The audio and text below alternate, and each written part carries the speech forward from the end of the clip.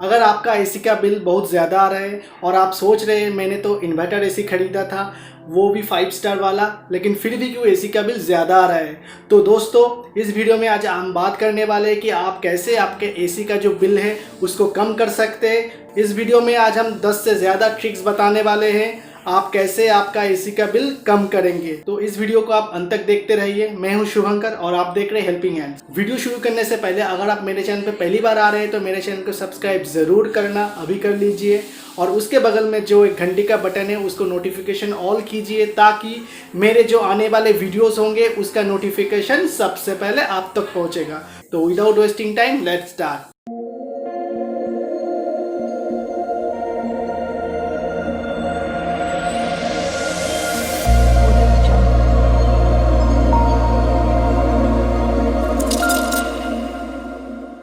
दोस्तों अगर आप सोच रहे हैं कि आप कौन सा एसी खरीदेंगे जिससे आपका एसी का बिल कम आएगा, तो मैं शॉर्ट में बता देता हूँ कि आप कोई भी इन्वर्टर वाला एसी खरीद लीजिए और जिसका रेटिंग 3 स्टार या फिर 5 स्टार हो, आपका बिजली का बचत होगा। लेकिन लेकिन लेकिन आपको मैं जो ट्रिक्स बताने वाला हूँ उसको भी फॉलो करना पड़ेगा, then only you will be going to save your AC bill. तो दोस्तों फिलहाल तो हम बात कर रहे हैं कि जिसने ऑलरेडी एसी खरीद लिया है लेकिन फिर भी एसी खरीदने के बाद भी उसका बिल ज़्यादा आ रहा है, तो उसका बिल कैसे कम करना है। तो दोस्तों देख लेते हैं हम लोगों का जो पहला ट्रिक है वो क्या है।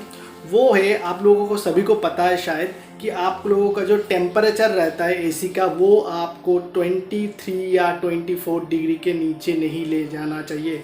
आपको मैं रिकमेंड करूँगा 24 टू 26 तक आप टेम्परेचर को मेंटेन कीजिए, क्योंकि अगर आप आपके घर को ज़्यादा कूल करने की कोशिश करेंगे तो कंप्रेसर के ऊपर प्रेशर ज़्यादा पड़ेगा, उसके वजह से आपका जो इलेक्ट्रिसिटी का बिल है वो ज़्यादा आएगा। तो सिंपल लॉजिक है, जितना ज़्यादा टेम्परेचर उतना ज़्यादा बिजली का बचाव। तो दोस्तों सेकेंड जो ट्रिक्स है वो है, आप एसी के साथ पंखा चलाइए। आपका जो सीलिंग फ़ैन है या फिर आपका जो वॉल फ़ैन है वो आप चला सकते हैं, हाँ, लेकिन एक कंडीशन पे, जिसका रूम डायरेक्ट सनलाइट पे नहीं है वो चला सकते हैं पंखा, और जिस लोगों का रूम डायरेक्ट सनलाइट पे आता है वो सिर्फ रात को ही चलाइए, क्योंकि दोपहर को आप चलाएंगे एसी के साथ पंखा तो क्या होगा, रूफ का जो आप गर्मी है सीलिंग फैन उसको नीचे की तरफ खींचेगा, तो इससे क्या होगा, आपका जो कंप्रेसर है वो घर को ठंडा करने के लिए ज़्यादा काम करेगा, क्योंकि घर में ज़्यादा गर्म एयर फ्लो हो रहा है ऊपर से नीचे। तो ये एक ट्रिक्स है, इसको आप फॉलो कर सकते हैं। इसका पूरा डिटेल एक वीडियो मैंने बनाया है, उसका लिंक आपको यहाँ पर मिल जाएगा और आपको डिस्क्रिप्शन में मिल जाएगा उसका लिंक, कि एसी के साथ आपको पंखा चलाना चाहिए या नहीं चाहिए, चलाना चाहिए तो क्यों चलाना चाहिए, किस किस कंडीशन पे चलाना चाहिए, इसका सारा डिटेल मैंने और एक वीडियो किया है, उस वहाँ पर आपको मिल जाएगा, वो आप चेकआउट कर सकते हैं। नेक्स्ट जो ट्रिक्स है वो है, आपका जो रूम है वो एयर लीकेज प्रूफ होना चाहिए। मतलब आप जब रूम पे एसी चलाते हो, आपका विंडो वगैरह, आपका जो डोर है उसको खुला मत रखिए, क्योंकि क्या हो कि घर पे या फिर आपके विंडो पे कुछ लीकेज होगा तो क्या होगा, वहाँ से घर में जब ठंडी हवा रहती है तो वहाँ से गर्म हवा घर के अंदर आ जाएगा, तो इससे क्या होगा, सेम चीज़ होगा, कंप्रेसर को अगेन ज़्यादा वर्क करना पड़ेगा। तो ये और एक चीज़ आपको दिमाग में रखना चाहिए, आपका रूम एयर लीकेज प्रूफ होना चाहिए। नेक्स्ट जो चीज़ है वो है, आप सेविंग्स के चक्कर में बिजली का बिल ज़्यादा मत लाइए। मैं ये बताना चाहता हूँ कि कुछ बंदा ऐसा भी है कि आप टेम्परेचर तो 25 या फिर 26 डिग्री पे सेट कर देते हो, लेकिन बिल बचाने के चक्कर में आप लोग क्या करते हो, 1 घंटा चलाने के बाद आप लोग एसी को बंद कर देते हो। फिर आप सोचते हो अभी तो घर ठंडा हो गया, मैं फिर आधा घंटा बाद एसी को फिर से चलाऊँगा। लेकिन दोस्तों ये मत करना, क्योंकि इससे क्या होगा, फिर जब आप एसी को रिस्टार्ट करेंगे, कंप्रेसर स्टार्ट होने में ज़्यादा जो पावर है उसको कंज्यूम करता है, तो इसके चलते आप एसी सेविंग्स के बजाय आप उसको ज़्यादा, मतलब बिल ज़्यादा आ जाएगा आपका, ये प्रॉब्लम होगा, तो इसको आपको दिमाग में रखना चाहिए। नेक्स्ट जो ट्रिक्स है वो है, आपको 1 मंथ में आपको 2 या 3 बार आपका एसी का जो फिल्टर है उसको क्लीन करना चाहिए।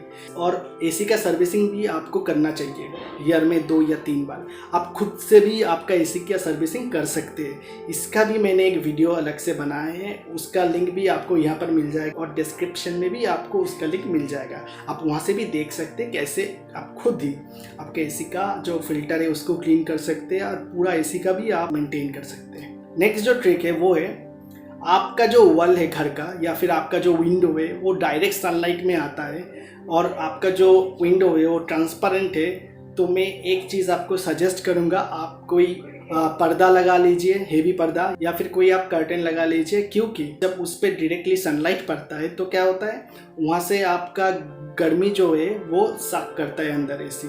लेकिन कर्टेन लगाने से या फिर एक पर्दा लगाने से वो इतना भी ज़्यादा नहीं होता है, तो टेम्परेचर घर में मेंटेन रहता है एसी का।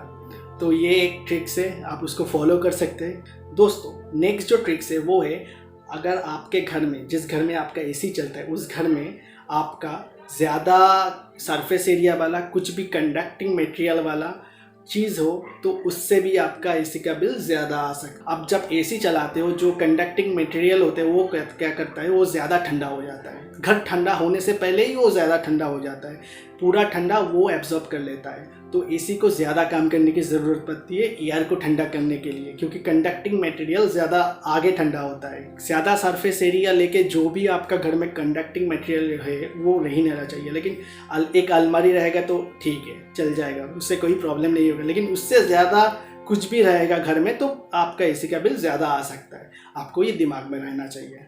नेक्स्ट जो ट्रिक्स है दोस्तों वो है, आपके घर में कोई भी हीटिंग मतलब हीट जनरेट करता है ऐसा कोई अप्लायंस नहीं रहना चाहिए जब आप एसी को यूज़ कर रहे हो। लाइक रेफ्रिजरेटर, वैसे भी रेफ्रिजरेटर किसी के घर में नहीं रहता है, मतलब जब एसी के घर में ज़्यादातर नहीं रहता, फिर भी मैं बता देता हूँ, कोई भी हीटिंग अप्लायंस जो आप एसी चलाने के वक्त चला रहे हैं तो उससे क्या होता है आपको तो पता ही है। रेफ्रिजरेटर के पीछे से आप देख सकते हैं कि कितना हीट एमिशन होता है।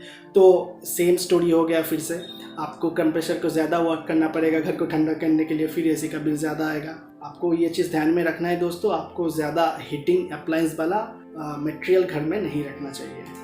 तो दोस्तों हम लोग का जो लास्ट ट्रिक्स है वो है, आपका जो एसी का रिमोट है उसमें एक फंक्शन रहता है टाइमर एंड स्लीप मोड। आप दोनों में कोई भी एक यूज़ कर सकते हैं। इससे क्या होता है, आप आपके रिक्वायरमेंट के बेसिस पे आपका एसी का जो ऑन टाइम है या फिर आप जब भी ऑफ करना चाहते हैं इसको आप सेट कर सकते हैं। इससे आप बिजली का बचत कर सकते हैं कि आपका एसी कितना देर तक आप चलाना चाहते हैं, ये आप सेट कर सकते हैं। इसका भी मैंने एक पूरा डिटेल वीडियो बनाया है, उसका भी लिंक आपको डिस्क्रिप्शन में यहाँ पर मिल जाएगा आपको, तो आप वहाँ से भी चेकआउट कर सकते हैं। तो दोस्तों आई होप आपको समझ में आ गया होगा कि आपको कौन कौन सा ट्रिक्स फॉलो करना है, कैसे करना है। आप इसको फॉलो कीजिए और मुझे कमेंट करके बताएं कि आपका बिल कम आया या फिर नहीं। आपका तो बिल कम आना ही चाहिए। अगर आपके पास और भी ट्रिक्स है तो आप मुझे कमेंट करके बताइए, तो मुझे भी जानकारी मिल जाएगी उसकी।